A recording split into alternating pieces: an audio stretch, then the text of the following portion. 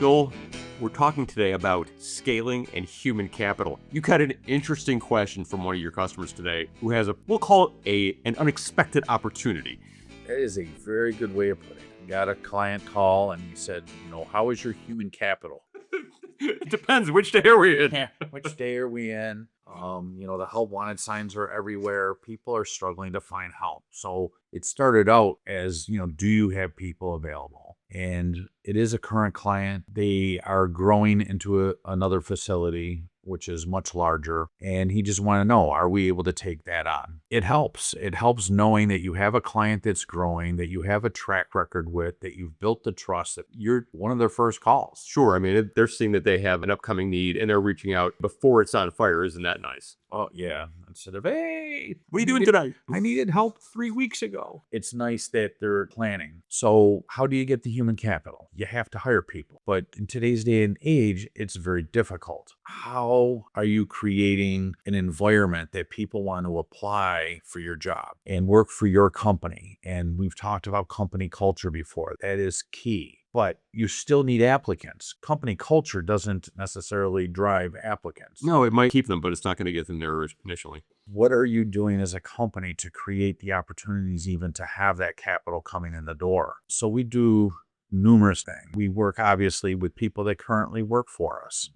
Who do you know? Because good people usually know other good people. So if they have a brother, a sister, a mother, a father, a husband, a wife, there's no problem because they already work here. They already are talking about it at home. So obviously referrals from current staff is paramount in creating opportunity. Most companies also know some of the other good people within other organizations because sometimes you're in a building, there's multiple companies there. You see how a person works. Sure. You can see that they're giving it their all, but maybe you realize that they're not given superior materials and equipment to work with, and you see how frustrated they get because they're trying to do a good job. So you hand them a business card and say, if you're interested in working for a company that cares, here's our website, fill out an application. So be observant. Or look at companies that offer similar labor groups that you draw from. We tend to draw from restaurants, quick serve restaurants, or even family diners or hospitality. A lot of the same types of things are done. If you are somewhere and you see somebody doing an outstanding job, it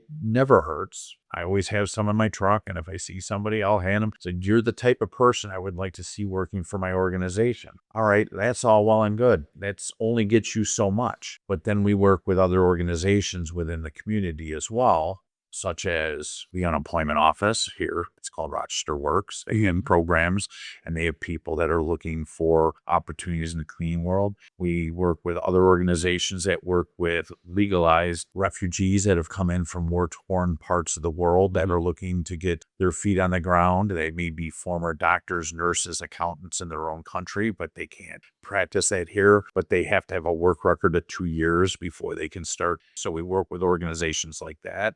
We've worked with other organizations where people have come through that might have an indiscretion or a dependence on drugs or alcohol that have kicked the habit or gone through programs. Working with our local church community as well, because they usually knew families that are within their own house that are in need of extra opportunities to create wealth for their families. That's all part of having a stream of people coming in for that human capital. And you get them in, you interview them, you do whatever training, you do the background check so that when companies do call, you have people that you can call for a job. Now, I also realize that nobody's going to sit around for 3 months waiting for that phone to call. They're out looking for other things. We all know what this industry is like. Hey, somebody quits. I need someone tomorrow.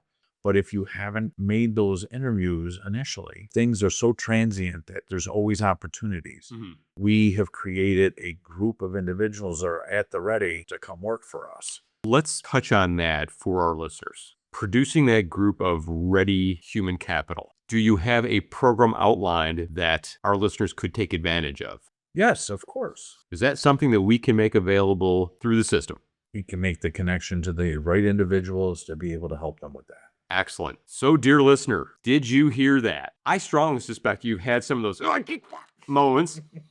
Somebody's quit. We have a few episodes on that. Someone's pulled a no call, no show. We have episodes on that. And whether you need our episodes or you can look back on your life experience, you've been through that. We have the resources to help you with finding the people. We have the resources to help you maintain the people. It's still getting the human capital. You can't grow without people because you can't do it all. Joel, thank you. You're welcome.